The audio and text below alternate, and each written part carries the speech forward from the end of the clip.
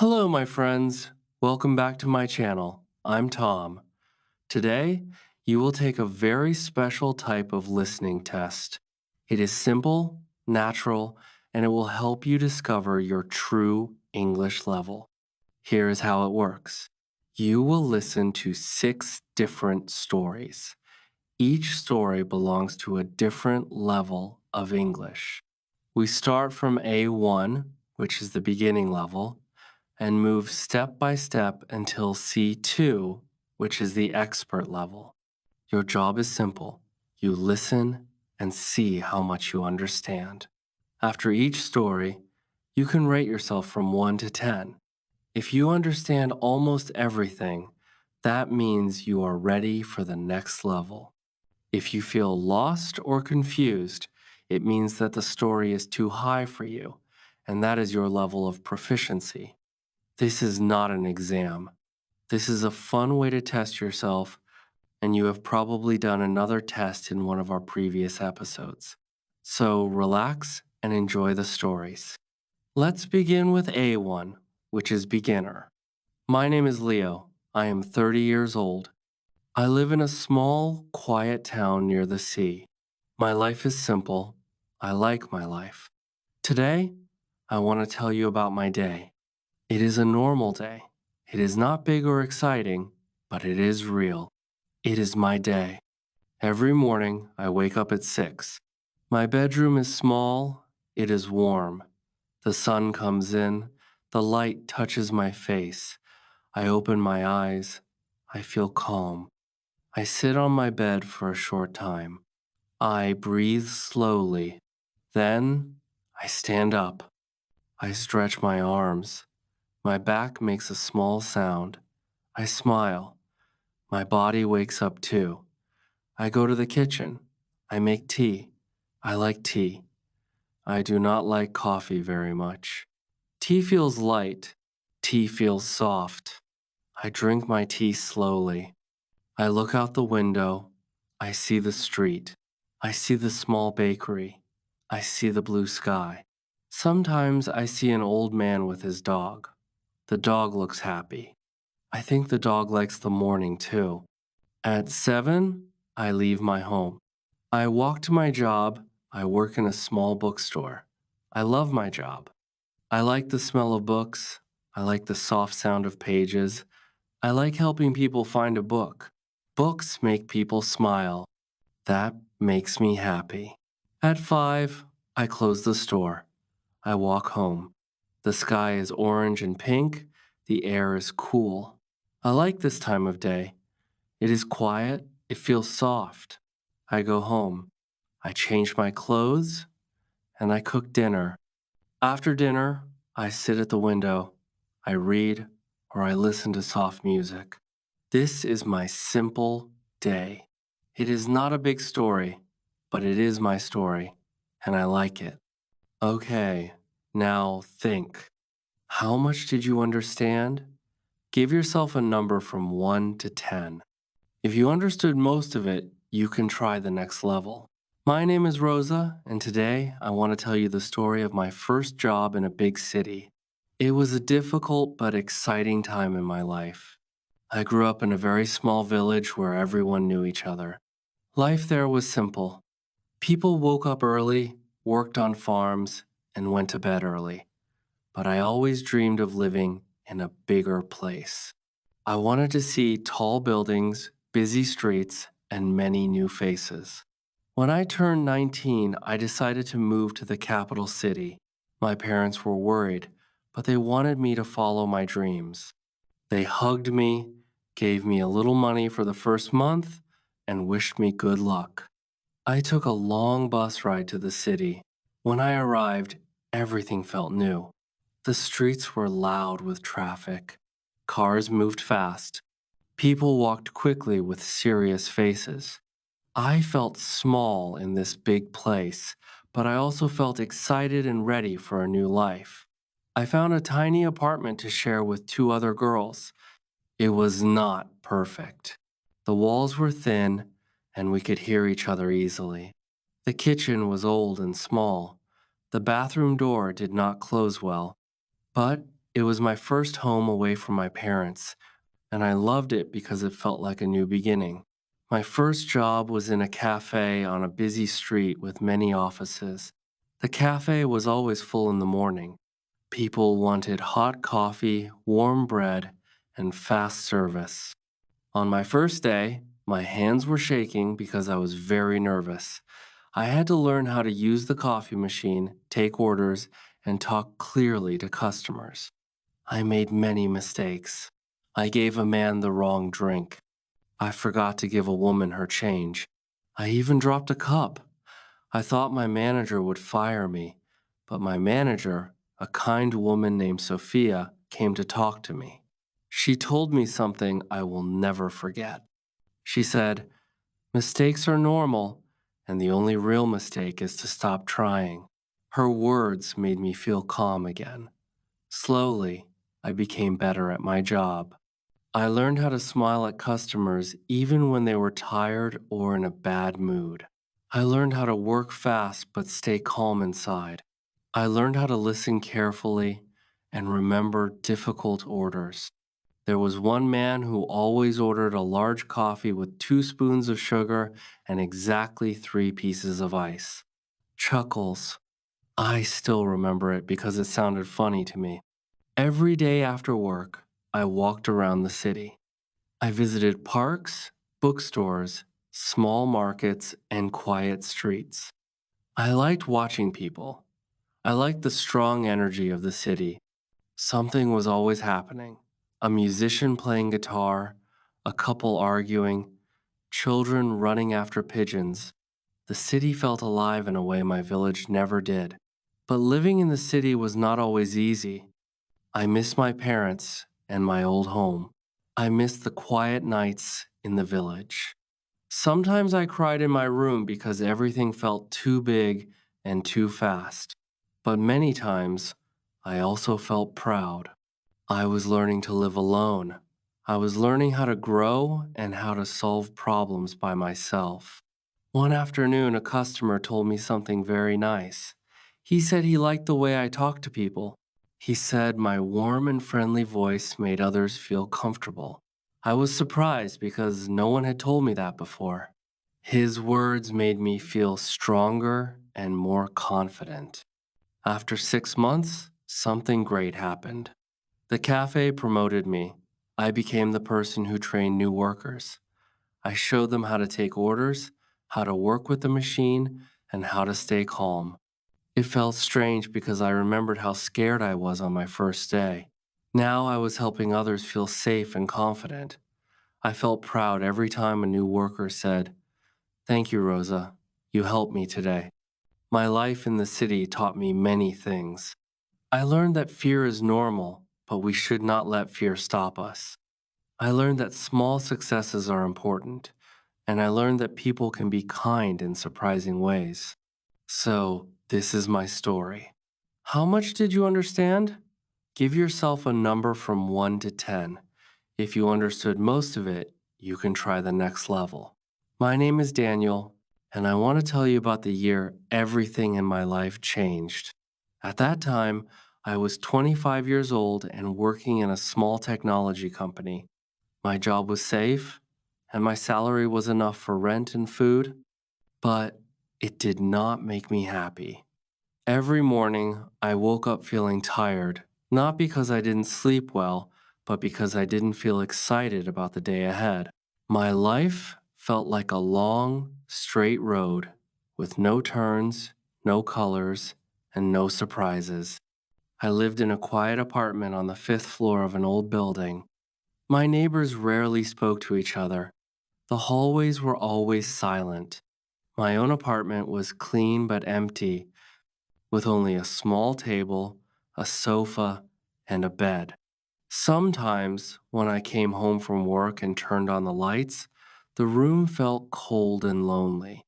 I often asked myself, is this really my life? One cold evening in January, something happened that pushed me to rethink everything. I was sitting on a crowded train, going home from work. People around me looked tired and bored, just like I felt inside.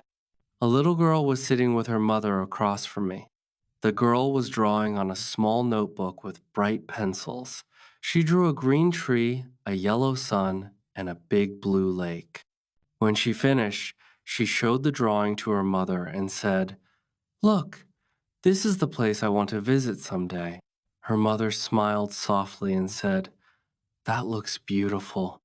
I watched them in silence, and something inside me moved. It was like a small light turning on in a dark room. I thought about my own dreams. When I was younger, I always wanted to travel, learn new languages, and explore different cultures. I wanted to see mountains, oceans, and cities I only knew from books. But as I grew older, I stopped thinking about those dreams. I told myself I didn't have time. I told myself it was too late. I told myself I should be realistic. But watching that little girl talk about her dream with so much joy made me feel something I had forgotten. That night, I sat alone in my small apartment and looked around at the quiet room. I realized how long it had been since I felt excited about anything. So, I took out a notebook and wrote a list of things I wished I had done. Travel to another country, learn a new language, try a new hobby, make new friends, go hiking, explore the world. When I looked at the list, I felt a mix of fear and excitement. Fear because the list felt big, excitement because it felt real. The next morning, something inside me changed. I walked into my office, sat at my desk, and suddenly decided to book a 2-week holiday. My coworkers were surprised. I had never taken such a long break before. I opened a travel website and stared at the screen for a long time. My hands were shaking a little because I knew this moment was important. Finally, I chose a country I always dreamed of, Japan. I clicked book, and when I saw the confirmation email, my heart beat faster. I knew almost nothing about the Japanese language, but I didn't care. I wanted to feel lost in a new place. I wanted to wake up somewhere different. When I arrived in Japan 2 months later, my life began to change. I walked through busy streets full of bright lights and colorful signs. I visited quiet temples where time felt slow and peaceful. I ate food I had never tried before, like ramen, takoyaki, and matcha ice cream. I talked to strangers in simple English and sometimes with my hands when English was not enough. I learned how big the world really was. I learned how many different lives people live, and I learned how small my fears were compared to the beauty of the world. One day, I got lost in a narrow street filled with small shops. Instead of feeling stressed, I felt strangely happy. I realized I didn't need to have control all the time. Sometimes it was okay to not know where I was going. That simple idea changed me. When I returned home after the trip, I felt different. Colors around me seemed brighter. My apartment didn't feel as cold as before. I didn't want to go back to my old life where every day looked the same. So, I made a decision. I started learning Japanese. I took 1 hour every day after work and studied. I bought books. I watched videos. I listened to podcasts. I wrote new words on sticky notes and put them on my walls. My friends laughed when they saw my apartment full of notes, but I didn't care. I loved seeing my progress. 3 months later, something amazing happened. A large international company saw my Japanese learning posts online and invited me to an interview. They needed someone with basic Japanese skills and experience in technology. I didn't feel ready, but I went anyway.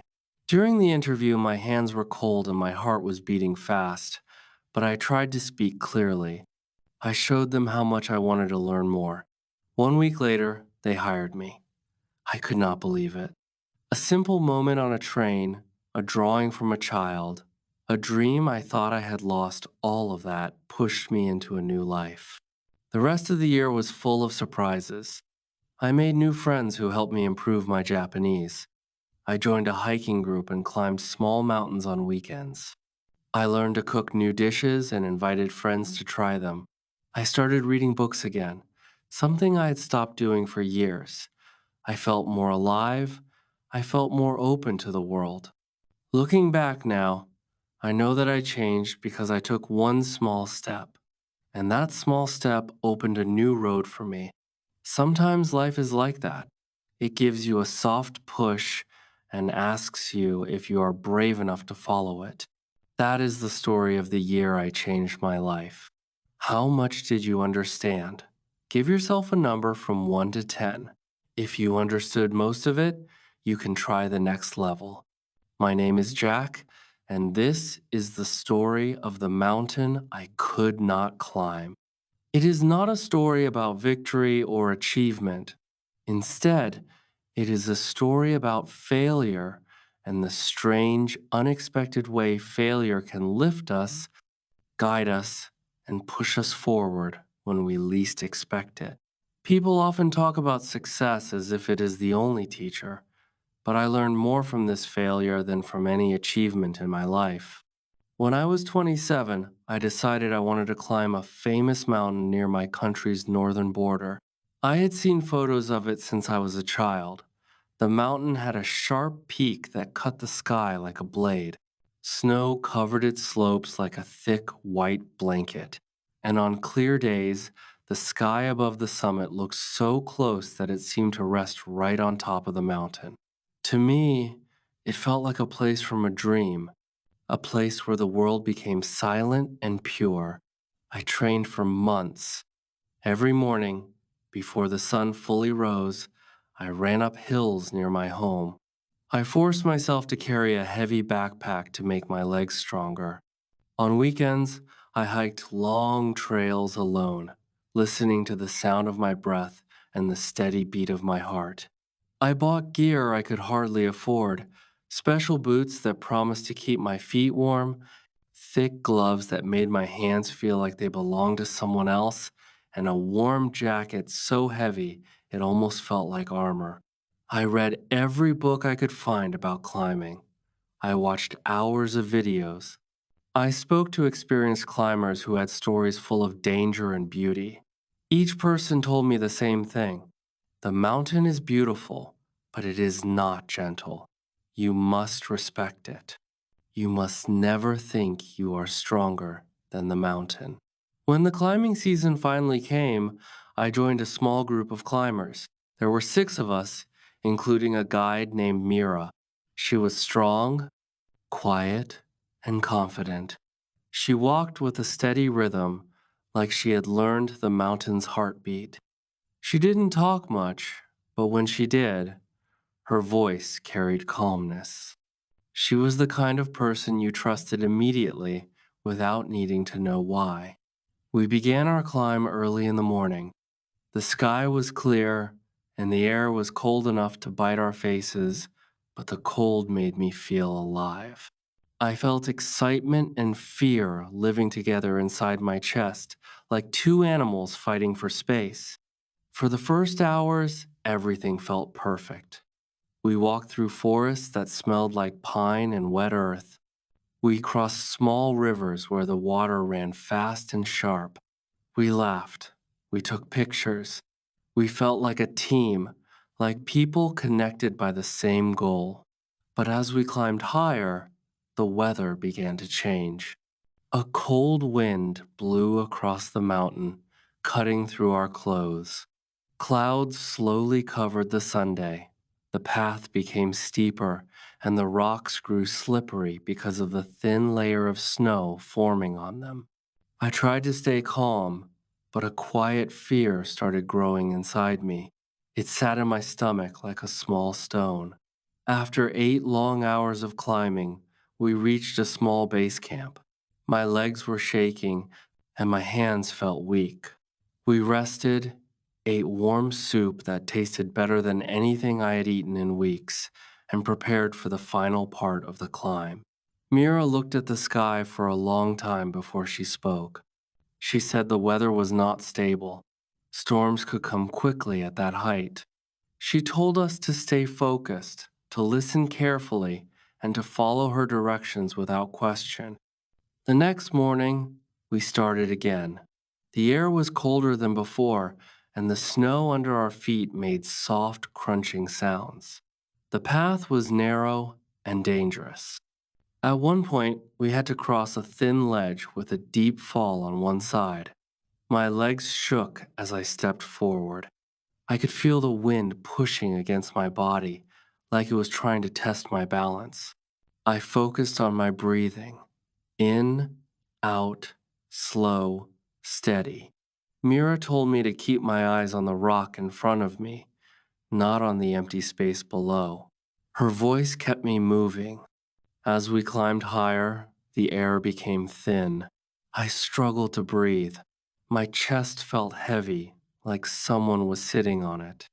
Every step felt twice as hard as the one before, but I pushed forward. I wanted to continue. I wanted to reach the top. I wanted to see the world from the summit I had dreamed about since childhood. But dreams do not control the mountain. When we were just 400 meters away from the summit, everything changed. A strong storm arrived suddenly, as if the mountain had decided that we had come far enough. Snow fell like white fire, fast and sharp. The wind screamed so loudly it felt like the mountain was warning us to leave. The air turned freezing. Mira shouted that we had to turn back. My heart dropped. I looked up at the summit. It was so close that I felt I could reach it with my hands so close that it almost hurt to look at it. But the mountain did not care about my dream. It cared only about its own weather. We turned back, and the walk down felt endless. It was painful, not physically, emotionally. Every step felt like a step away from something important. When we finally reached the base camp, the excitement inside me had turned into a heavy emptiness. In the following days, I could think of only one thing. I failed. I trained for months. I worked harder than ever. And still, I failed. I felt angry. I felt disappointed. And I felt ashamed, even though no one blamed me. But slowly, something began to change inside me. Friends reminded me that I had tried something difficult. Mira told me that failure on a mountain is natural and necessary. She said mountains teach you to be humble. They teach you to respect nature. They teach you that you cannot control everything in life. 1 week later, I began training again. Not to prove anything, not to show off, but because I realized something important. Failure does not end your story. Sometimes it begins a new one, a stronger one, a wiser one. I still have not reached the summit of that mountain, but the failure taught me more than success ever could. It taught me patience. It taught me discipline. It taught me respect for nature, for difficulty, and for myself. And one day, when I am ready, I will go back. How much did you understand? Give yourself a number from 1 to 10. If you understood most of it, you can try the next level. My name is Helena, and my story begins in my 3rd year of university during a period in my life when I was convinced I understood the world far better than I actually did. I studied psychology, and like many young students who had memorized just enough theories to feel clever, I believed that knowledge and wisdom were the same thing. I walked across campus with a quiet confidence, but it was a confidence built on shallow foundations, the kind that collapses the moment something real challenges it. Everything changed when I joined a course taught by a professor named Dr. Morgan. He was a thin, older man with silver hair that he often pushed back absent-mindedly and quiet eyes that seemed to observe more than most people ever said aloud. He never raised his voice. He didn't need to. Whenever he spoke, the entire classroom fell into a kind of attentive silence, as though all of us instinctively understood that what he was about to say carried weight. On the first day of class, he walked in, placed his notes on the desk with deliberate calm, and asked a single question that instantly unsettled me. What do you think the purpose of education is? Students raised their hands and gave the predictable answers: to get a job, to learn important information, to become independent. Dr. Morgan listened politely, nodding from time to time, and then he gently shook his head. What he said next has stayed with me ever since. The purpose of education, he said, is not to fill your mind with information. The purpose is to train your mind to see. At first, I didn't understand what he meant, but he went on. Knowledge, he explained, is collected. You can fill your shelves with books and your notebooks with definitions. But wisdom, the ability to discern patterns, understand human behavior, and connect ideas with clarity, is far more subtle. Real education begins, he said, when you stop trying to memorize everything and start observing what is actually in front of you. During that semester, his classes felt less like lectures and more like long conversations with someone who had spent a lifetime studying people not from textbooks alone, but from experience. He brought in stories from his own life, from former students, from strangers he had met on trains or in cafes. He described moments of failure, moments of quiet success, moments of heartbreak, and moments of unexpected kindness. None of the stories were dramatic in a movie-like way, yet each one carried a deeper lesson that revealed itself only if you listened carefully. One story that stayed with me was about a student who had failed his final exam. The student came to Dr. Morgan feeling desperate and ashamed, asking for another chance. Instead of giving him a new test, the professor told him to return in 1 week with an observation. Confused, the student asked what he should observe, and Dr. Morgan simply replied, anything. Just watch the world carefully and bring back something that changes the way you think. The student spent the week walking around the city, unsure of what he was supposed to be looking for. He noticed cars, trees, cafes, people rushing around the usual things one sees but rarely pays attention to. But one evening, he saw an old man feeding pigeons in a park. Children ran around him laughing, and the birds moved in small circles at his feet. The scene was ordinary, almost forgettable, but the student noticed something unexpected. The old man looked completely at peace, as though that small, simple act was enough to fill his life with meaning. When the student returned to class, he told Dr. Morgan about the man. He admitted that he didn't understand why someone could look so calm during such a simple activity. Dr. Morgan smiled and said, "You've learned your lesson. Happiness rarely comes from grand achievements. It often hides in the quiet, fleeting moments most people ignore." That story changed something in me.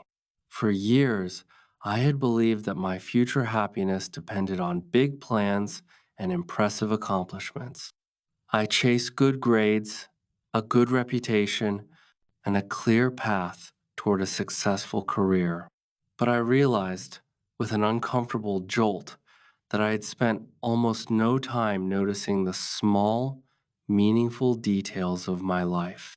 I was always rushing ahead, never slowing down to pay attention to the present. Dr. Morgan challenged us to keep a daily journal, not about our tasks or goals, but about the things we noticed: a stranger holding the door open, the way sunlight reflected off a window, the warmth of tea on a cold morning, a brief moment of gratitude. At first, the exercise felt strange and even pointless, but slowly it began to train my mind to tune into the world with a new kind of awareness. It was as if I were learning to see in a deeper, more attentive way. By the end of the semester, I felt like a different person. I started listening to people with more patience instead of planning my response while they were still speaking.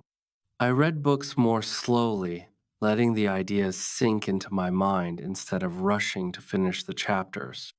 I became more aware of other people's emotions, especially the quiet sadness some of my friends carried behind their jokes. I realized how much of the world I had been missing simply because I was always distracted. Dr. Morgan taught me something that no textbook had ever explained. Intelligence is the ability to solve problems, but wisdom is the ability to understand people. You can be intelligent without being wise, but you cannot be wise without paying attention. Years later, when I became a psychologist myself, I often look back on that class as the moment my real education began. I could still hear Dr. Morgan's voice in my mind whenever I sat with a patient. Notice what they are not saying. Notice the silence between their words. Notice the emotion behind their eyes. These small details, the ones most people overlook, often reveal the truth. That professor changed my mind and, without meaning to, changed the direction of my entire life. And all he did was teach me how to see. How much did you understand? Give yourself a number from 1 to 10. If you understood most of it, you can try the next level. My name is Nicholas Hartley, and this is a story about silence. Silence not as the simple absence of sound, but as a presence, a force, a kind of intangible companion that reshapes you from the inside out. It happened 10 years ago during a period when the world around me felt unbearably loud, not only with actual noise, but with a kind of mental clutter that seemed to drown out everything that mattered.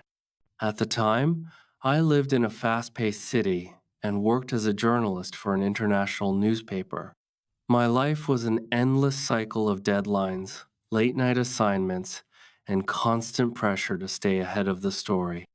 People expected quick answers, instant reactions, and perfect clarity at all hours. I woke up to a barrage of emails, spent my days chasing narratives that rarely held meaning for longer than 24 hours, and fell asleep with the sound of sirens, traffic, and my own thoughts echoing in the back of my mind. I felt as though my life had collapsed into noise, the external noise, and the internal noise I had never bothered to acknowledge. One winter morning, after several weeks of working without rest, something inside me simply gave way. It wasn't dramatic, it was subtle, like the quiet snap of ice breaking on a frozen lake. My thoughts slowed, my body felt heavy, as though I had been carrying an invisible weight for years.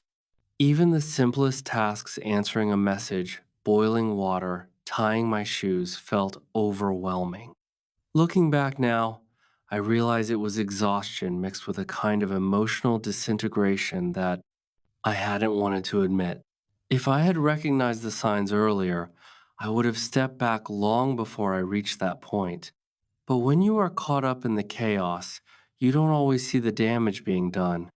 That morning, I walked into my editor's office, fully expecting him to dismiss me for being weak. Instead, he raised an eyebrow and quietly granted me a week off. Even now, I sometimes think that if he had refused, I might have pushed through until something inside me broke completely. I might have kept drowning in work until I no longer recognized myself. Without thinking too much, I packed a bag and boarded a train to a remote mountain village I had never visited. I chose it simply because it was far away from everything familiar, far enough to break away from the world I had allowed to swallow me. When I arrived, the first thing I noticed was the air. It was sharp, clean, almost primordial, as if it belonged to another century. There were no cars, no frantic voices, no neon signs screaming for attention. Only tall trees swaying gently, the low murmur of wind moving through branches, and the distant, steady sound of water flowing over rocks. I rented a small wooden cabin at the edge of a dense forest. The owner, An elderly woman with soft eyes and a voice that sounded like she hadn't rushed a sentence in decades, handed me the key and said, "Rest as long as you need." It was such a simple sentence, yet it felt like permission to breathe for the first time in years. That evening, I built a fire and sat in front of the window. Outside, the world was covered in snow that reflected the faint blue light of the winter sky. For the first time, in as long as I could remember, I heard nothing. No messages buzzing, no alarms shouting, no human voices filling the air, just silence thick and steady settling around me like a soft blanket. At first, the quiet felt uncomfortable, almost frightening.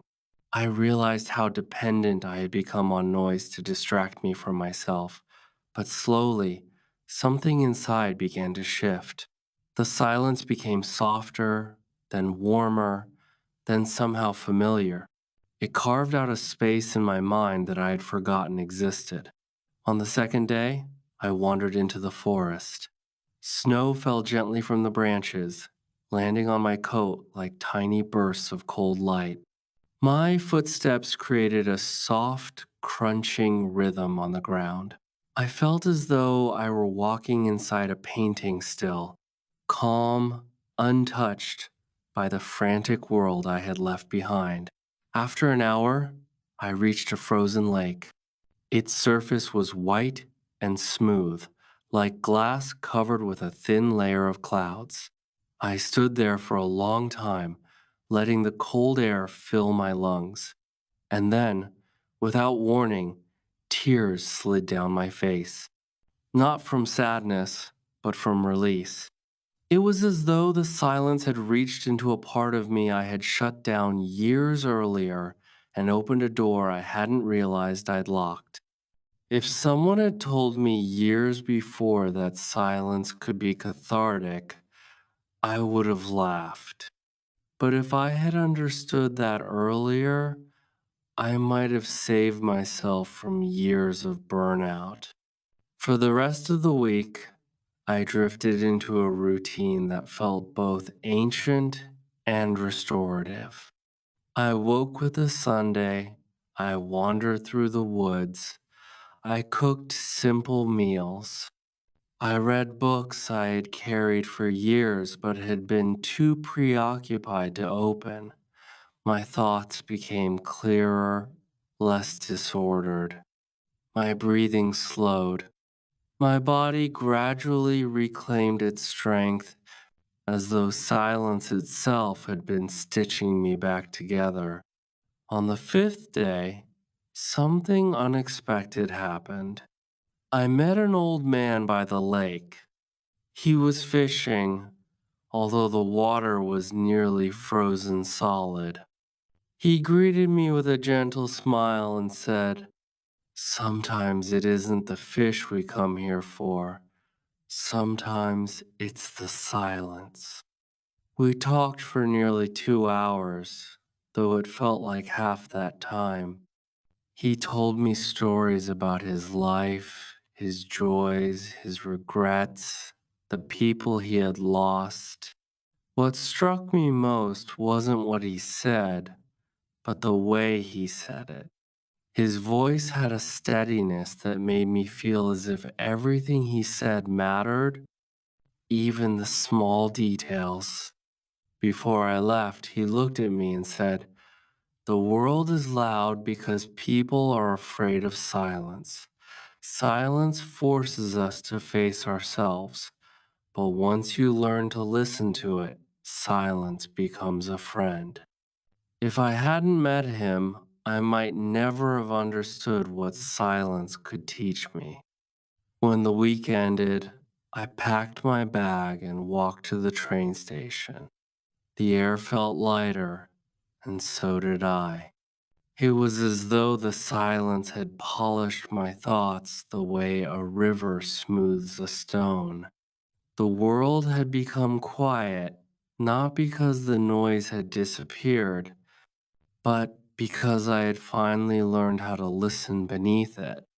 When I returned to the city, The noise was still there, but it no longer controlled me. I could hold on to the quiet I had found, like a small flame that refused to go out. I continued my work as a journalist, but everything felt different. I listened more carefully. I noticed the nuances in people's stories. I heard the emotions hiding between their words. Silence taught me something no book or mentor ever had. It taught me to understand myself and the world with a deeper clarity.